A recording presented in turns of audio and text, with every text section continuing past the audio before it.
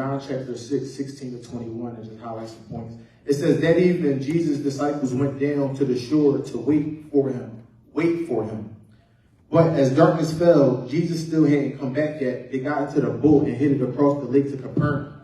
So they were supposed to wait, and they didn't, and they left. Soon a gale swept upon them, and the sea grew very rough. They had rowed 3 to 4 miles when suddenly they saw Jesus walking on the water towards the boat. They were terrified. They didn't wait for him, they left, and now they're in a storm. I think about us in our lives when we don't want to wait on him, when we rush in, and we want to do things our way, and then we get into the storm and we like, Jesus, I thought you were supposed to be here. He never told you to go. It says, then they were eager to let him in the boat. And immediately they arrived at their destination. I'm going to come back to that. I've probably got like 2 minutes left.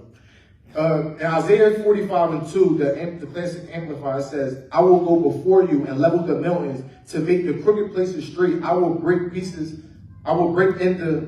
pieces the door of bronze and cut asunder the bars of iron. In the Message version, it says, I will go ahead of you, clearing and paving the road. I'll break down bronze city gates, smashing padlocks, kick down the bare entrances. That's what he does when he goes before us. When we go ahead of him, we'll face things. And it makes me think about the scripture when Jesus asked the Father to take the cup of suffering away from him. Nevertheless, let his will to be done. So we can miss, some cups of suffering can be taken away from us if we let his will be done and if we wait. And in Proverbs 12, the NLT is the prudent person foresees danger and takes precaution. And the blind person goes on and suffers the consequences. In the Message version, I like it because it just gives more detail than what we are, especially in my life.